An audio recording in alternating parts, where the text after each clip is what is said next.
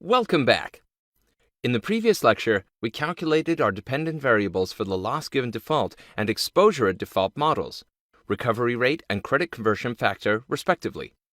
We already know both dependent variables are restricted in the interval 0, 1. Now let's explore them visually. To do that, we'll need to import matplotlib pyplot as PLT and seaborn as SNS. We'll set the default style of the graphs to SNS to make sure everything looks pretty.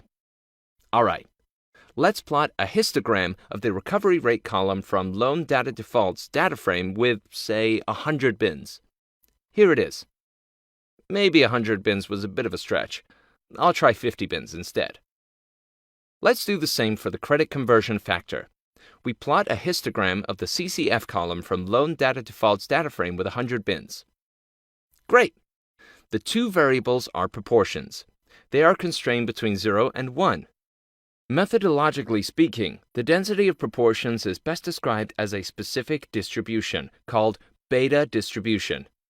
The regression model used to assess the impact of a set of independent variables on a variable with beta distribution is called beta regression. Normally, it is used to model outcomes that are strictly greater than 0 and strictly lower than 1.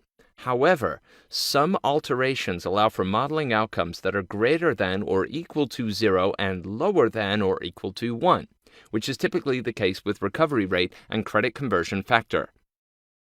Currently, there is no major Python library that supports a stable version of beta regression. This is a pity for us, as we will not be able to use the best approach out there. We look forward to having such a functionality, and so we could estimate LGD and EAD models more reliably. This puts us in a position where we must find an alternative. One possible solution is to use the functionalities of the other most popular statistical computing environment for data science, R. Currently, there are libraries in R that are capable of estimating beta regression models, and it would be amazing if we could borrow R's capabilities for this purpose only.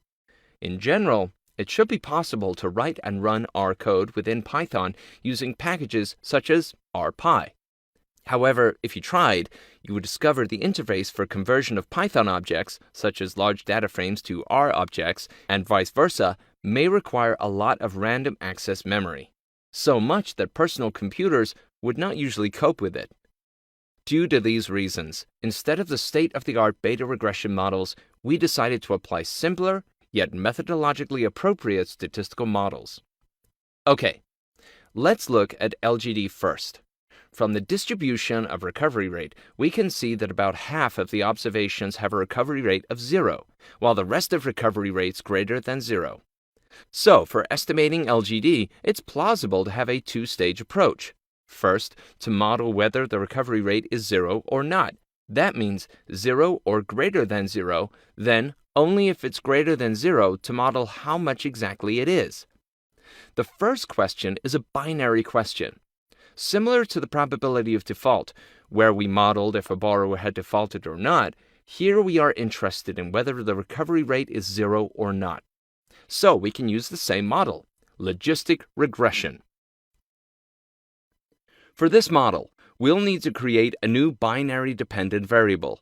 Let's call it recovery rate 01. It is 0 when recovery rate is 0 and 1 otherwise. Once we know this, we can take only the accounts where the recovery rate is greater than 0 and model how much exactly it is. The easiest way to do that is with linear regression. Great! To summarize, to model LGD, we are going to build a logistic regression model to estimate whether the recovery rate is 0 or is greater than 0. Then, for accounts where recovery rate is greater than 0, we're going to use a linear regression model to estimate how much exactly it is. How would that look like if we want to estimate the recovery rate of a single account? Well, first we are going to apply the logistic regression model to estimate if the recovery rate would be 0 or greater than 0. If the logistic regression model indicates it would be 0, we're done. The estimated recovery rate is 0. No need to predict further. If the logistic regression model indicates the recovery rate would be greater than 0, though, we'd apply the linear regression model and find the precise estimate about how much exactly the estimated recovery rate is. And that's it. It's not the easiest concept, but is a good way to cope with the distribution we are observing. Alright, what about EAD? Well, credit conversion factors are more homogeneously distributed. It seems that directly applying a linear regression model-to-model credit conversion factors directly would produce satisfactory results. So for credit conversion factors, we'll use a multiple linear regression model. Let's get to work then.